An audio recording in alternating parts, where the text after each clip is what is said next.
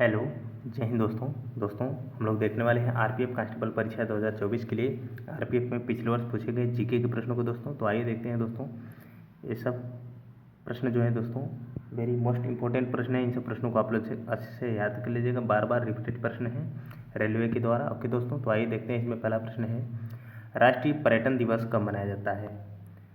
राष्ट्रीय पर्यटन दिवस कब मनाया जाता है? 24 जनवरी, 16 जनवरी, 25 जनवरी, 30 जनवरी। तो इसका आंसर होगा ऑप्शन नंबर सी, 25 जनवरी को। अगला प्रश्न है, थॉमस कप का संबंध किस खेल से है? थॉमस कप का संबंध किस खेल से है? फुटबॉल, क्रिकेट, बैडमिंटन, पोलो। तो इसका आंसर होगा ऑप्शन नंबर सी, बैडमिंटन से। अगला प्रश्न है, गुप्त वंश का अंतिम शासक निम्नलिखित में से कौन था? गुप्त वंश का अंतिम शासक निम्नलिखित में से कौन था? श्रीगुप्त, विष्णुगुप्त, सिंह विष्णु, चंद्रगुप्त मौर्य। इसका आंसर होगा option number C, Simha Vishnu. और दोस्तों, गुप्त वंश का संस्थापक कौन था? तो श्रीगुप्त था। अगला प्रश्न है, निम्नलिखित में से कौन सा दर्रा सिक्किम को भूटान से जोड़ता है? निम्नलिखित में से कौन सा दर्रा सिक्किम को भूटान से जोड़ता है? लिपुलेख दर्रा, जैलेपला दर्रा, नाथुला दर्रा या सिक्किम दर्रा, शिवकिला दर्रा। तो इसका आंसर होगा ऑप्शन नंबर बी, जैलेपला दर्रा। अगला प्रश्न है, सिमलीपाल नेशनल पार्क भारत के किस राज्य में स्थित है? सिमलीपाल नेशनल पार्क भारत के किस राज्य में स्थित है? सिक्किम, उड़ीसा, असम, पश्चिम बंगाल। तो इसका आंसर होगा ऑप्शन नंबर बी, उड़ीसा में। अगला प्रश्न है, बोनालू किस राज्य का लोक नृत्य है?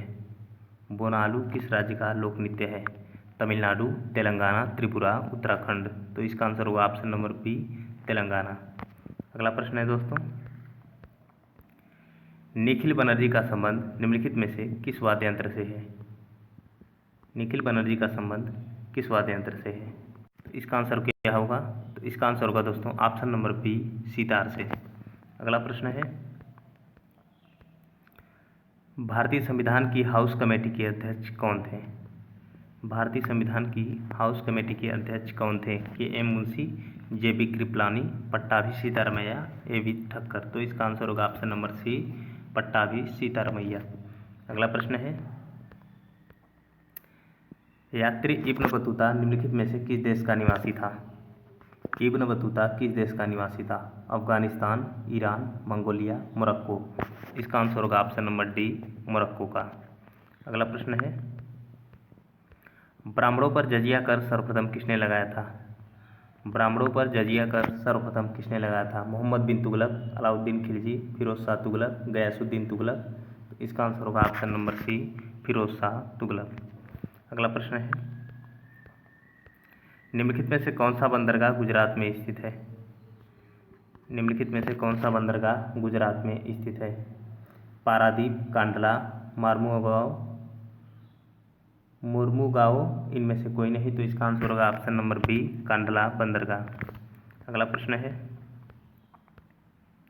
निम्नलिखित में से कौन सी एशिया की सबसे बड़ी खारे पानी की झील है? एशिया की सबसे बड़ी खारे पानी की झील कौन सी है? लोकटक झील, डिडवाना झील, भीमताल झील, चिल्का झील। तो इसका आंसर होगा ऑप्शन नंबर डी, चिल्का झील।